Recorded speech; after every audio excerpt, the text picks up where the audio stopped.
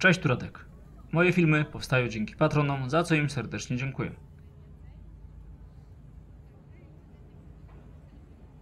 Partnerem kanału jest grupa Flying Atom, oferująca możliwość kupna i sprzedaży kryptowalut w kantorach stacjonarnych i bitomatach na terenie całego kraju. Prowadzimy również sprzedaż złota inwestycyjnego. Zapraszamy! W dzisiejszym odcinku przedstawię Wam, jak wyglądają drogi oraz transport publiczny na Malcie. Jest to drugi odcinek serii o drogach w innych krajach.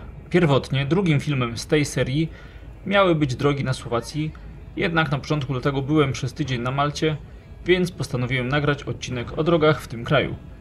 Malta położona jest w środkowej części Morza Śródziemnego, 80 km na południe od Sycylii oraz 285 km na północny wschód od Tunezji. Powierzchnia kraju to 316 km². Jest to mniej więcej tyle co powierzchnia Krakowa. Na Maltę można dostać się na dwa sposoby. Zdecydowana większość osób przylatuje tutaj samolotem. Port lotniczy na Malcie oferuje loty do bardzo wielu krajów. Drugim sposobem dostania się tutaj są promy, które pływają do Włoch. Do miasta Pozzallo prom płynie około 90 minut, natomiast do Catanii prom płynie 4,5 godziny. Państwo Malta składa się z dwóch głównych wysp, Malta i Gozo, jednej mniejszej Comino oraz kilku malutkich. Zdecydowana większość ludzi, których jest tutaj około 420 000, mieszka na wyspie Malta. Obowiązuje tutaj ruch lewostronny. Nie ma tutaj autostrad ani dróg ekspresowych, jednak główna droga, która przechodzi przez całą wyspę, czyli droga numer 1, posiada w wielu miejscach 2, 3, a nawet 4 pasy ruchu w każdą stronę wraz z węzłami drogowymi. Drogi na Malcie są równe i dobrze utrzymane. Znaki drogowe, na które zawsze zwracam szczególną uwagę, są duże i wyraźne. Strzałki nad pasami ruchu odpowiadają liczbie pasów ruchu. Na znakach drogowych oprócz numerów dróg i nazw miast są zamieszczone również informacje graficzne o dworcu autobusowym, muzeach, stadionie piłkarskim, lotnisku, promie i tym podobne.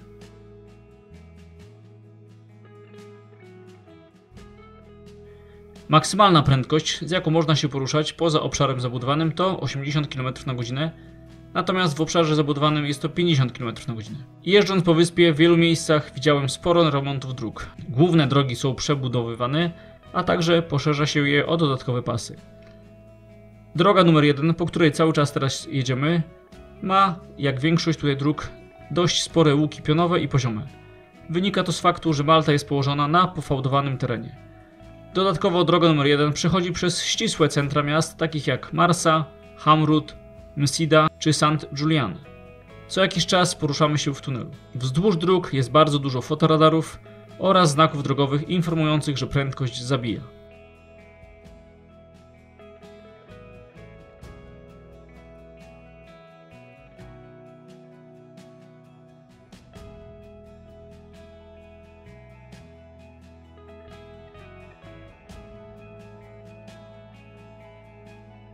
W centrach miast drogi są bardzo wąskie i jeździ się po nich w ślimaczym tempie. Jeżdżąc przez tydzień komunikacją miejską, kilka razy musieliśmy czekać, aż pojazd naprzeciwka nas przepuści lub odwrotnie. My przepuszczaliśmy innych. Malta posiada jeden z najwyższych zagęszczeń samochodów na liczbę mieszkańców na świecie. Pod koniec marca 2022 roku liczba zarejestrowanych pojazdów mechanicznych sięgnęła prawie 415 000, co oznacza, że średnio każda osoba na Malcie posiada pojazd. Rano i popołudniami w rejonie stolicy kraju tworzą się gigantyczne korki. Tutaj należy zaznaczyć, że Malta nie posiada linii kolejowych i tramwajowych. Cały transport na wyspie odbywa się drogą kołową, a z wyspy Malta na wyspę Gozo poruszamy się promem. Istniała kiedyś linia kolejowa z Valletty do starej stolicy, czyli Mdiny, o długości 11,5 km. Jednak kursowała tylko w latach 1883-1931. W roku 1931 została całkowicie zlikwidowana. Również istniało tutaj kilka linii tramwajowych. System składał się z linii rozpoczynających się w Valletcie i prowadzących do Tricity, Zuburg i Birkirkary. W latach 20. XX wieku, ze względu na zwiększającą się liczbę samochodów na wyspie, linia zaczęła przynosić straty i podjęto decyzję o jej likwidacji. Linię zamknięto 15 grudnia 1929 roku. Uważam, że mimo tak dużego ruchu jeździ się po ich drogach dobrze. Kierowcy na Malcie jeżdżą bardzo wolno. W ogóle to nie pasuje do stylu jazdy, jaki widzimy w Polsce. Miałem wrażenie, że kierowcom w ogóle się nie śpieszy. Piesi mają bezwzględne pierwszeństwo i zbliżając się do przejścia, każdy pojazd zatrzymuje się, żeby przepuścić pieszego. Przez tydzień, jak tutaj byłem, nie zauważyłem sytuacji niebezpiecznej. Malta ma jedną z najniższych liczb śmiertelnych wypadków w Unii Europejskiej, zarówno ogółem, jak i w przeliczeniu na 1 milion mieszkańców. Po Malcie poruszaliśmy się pieszo, autobusami lub promami. Jeśli ktoś planuje dużo jeździć, to polecam wykupić karnet na cały tydzień na autobusy. Można wtedy jeździć autobusami do woli, w dzień i w nocy zarówno po Malcie, jak i po Gozo. Koszt karty to 21 euro dla osób dorosłych, a dla dzieci 15 euro. Zdecydowana większość autobusów kończy i zaczyna swoje kursy na dworcu autobusowym w Valletcie. Jest to bardzo duży dworzec, gdzie co chwila odjeżdżają autobusy we wszystkich kierunkach wyspy. Wszystkie autobusy publiczne są takie same, pomalowane są na biało-zielono. Komunikacja jest bardzo dobrze rozbudowana, wręcz bym powiedział, że za dobrze. Mimo że drogi na Malcie są wąskie, to często jak droga posiada 2 pasy w jedną stronę, to jeden z pasów służy tylko autobusom. Autobusy jeżdżą co chwilę i nie jest to problem, że któryś nas nie zabierze, bo zaraz przyjedzie następny. Operatorem sieci autobusowej jest Malta Public Bus. System komunikacji autobusowej to prawie 300 nowoczesnych autobusów, a liczba przystanków na Malcie wynosi 970, z czego 850 znajduje się na Malcie, natomiast 120 na wyspie Gozo. Istnieje w sumie 80 różnych tras. 1 lub 2 cyfry w oznaczeniu trasy oznaczają autobus z lub do Valletty. Ekspresowe trasy są oznaczone znaczkiem X. Wszystkie autobusy są klimatyzowane, niskopodłogowe, są wyposażone w system głosowy oraz elektroniczne tablice informacyjne wyświetlające kolejne przystanki. Tutaj trzeba zaznaczyć, że do niedawna poruszały się tutaj bardzo stare autobusy. Malta była z tego powodu chętnie odwiedzana przez miłośników transportu ze względu na niepowtarzalny wygląd i klimat autobusów. Teraz możemy je jedynie podziwiać na liniach turystycznych.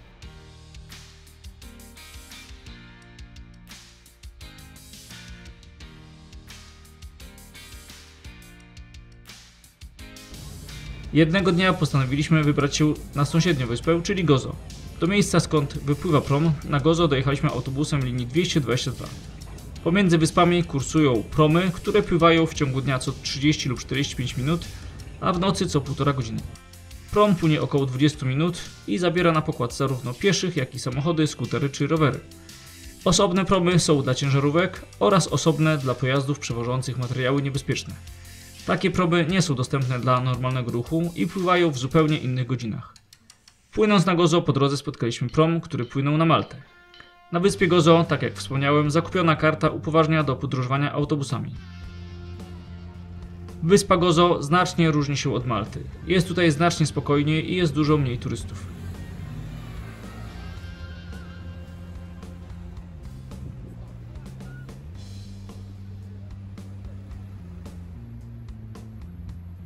Za prom płaci się tylko jak się wraca z Gozo na Maltę. Koszt dla osoby dorosłej to 4,65 euro. Zbierając materiały do filmu, dowiedziałem się, że rząd Malty już od lat 60. XX wieku dyskutuje nad wybudowaniem tunelu łączącego obie wyspy. Byłoby to ogromne ułatwienie dla osób, które codziennie podróżują promami do pracy czy szkoły.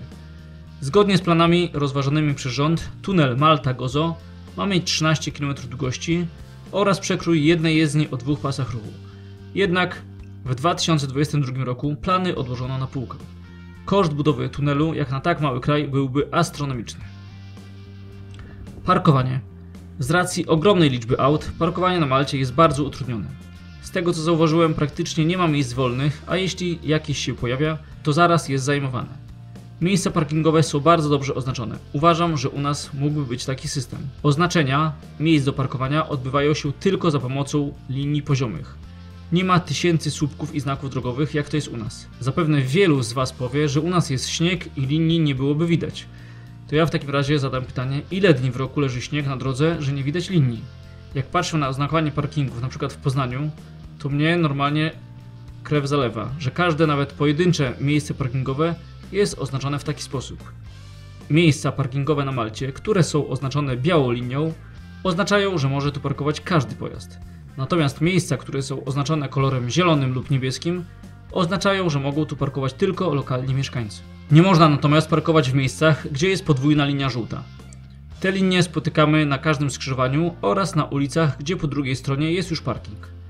Z racji, że maltańskie ulice są wąskie, to większość wyznaczonych miejsc do parkowania odbywa się wzdłuż, a nie w poprzek drogi. Bardzo pomocną rzeczą przy takim parkowaniu są znaczniki pokazujące miejsca dla każdego pojazdu. Dodatkowo widziałem również znaczniki, które nie były namalowane, tylko wykonane ze stali i przytwierdzone na stałe do nawierzchni. Nie trzeba takiego miejsca odmalowywać co chwilę. Uważam, że jest to bardzo dobre rozwiązanie. Paliwo. Obecnie ceny paliwa wyglądają na Malcie tak. Z racji, że na Malcie jest mało miejsca oraz kierowcy nie poruszają się nie wiadomo przez jak długi czas, to nie spotkamy tutaj stacji paliw znanych z naszego krajobrazu.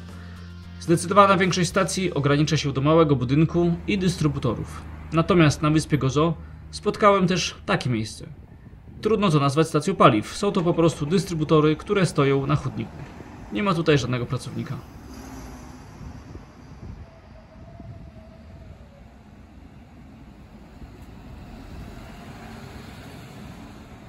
Z ciekawych miejsc, które zaobserwowałem, to jadąc autobusem po drodze numer 1 można spotkać nad samym morzem przyczepy kempingowe i kampery, które mają rejestrację z różnych krajów Europy.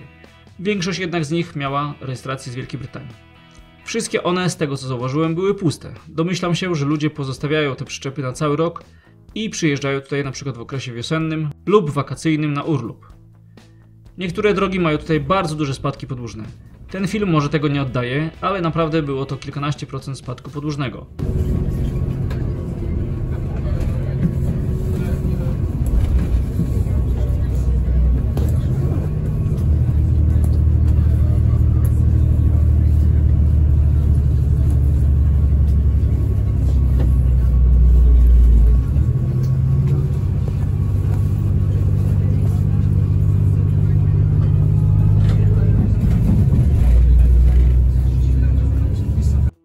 Tak samo w Valetcie, jedna z ulic ma bardzo duży spadek podłużny oraz znak informujący o śliskiej nawierzchni. Dodam jeszcze, że podczas pobytu Maltę nawiedziła ogromna ulewa. Deszcz padał non-stop przez około 24 godziny, przez co ulice były całkowicie zalane. Niektóre pojazdy, co widać na filmie, nie poradziły sobie z taką ilością wody. Niektóre drogi, te leżące najbliżej morza, zamieniły się w rzekę. Deszcz pada tutaj raczej tylko zimą i raczej nie za często, a taki deszcz był ostatnio 5 lat temu. Jeśli ktoś się zastanawia, czy warto odwiedzić Maltę, to bardzo polecam ten kraj. Zrobił na mnie bardzo pozytywne wrażenie. Nie będę opowiadał o zabytkach, plażach czy jedzeniu, bo to nie jest kanał o tym. Na koniec wrzucam kilka filmików z przejazdu drogami, już bez mojego komentarza. Dziękuję za uwagę, pozdrawiam, Radek.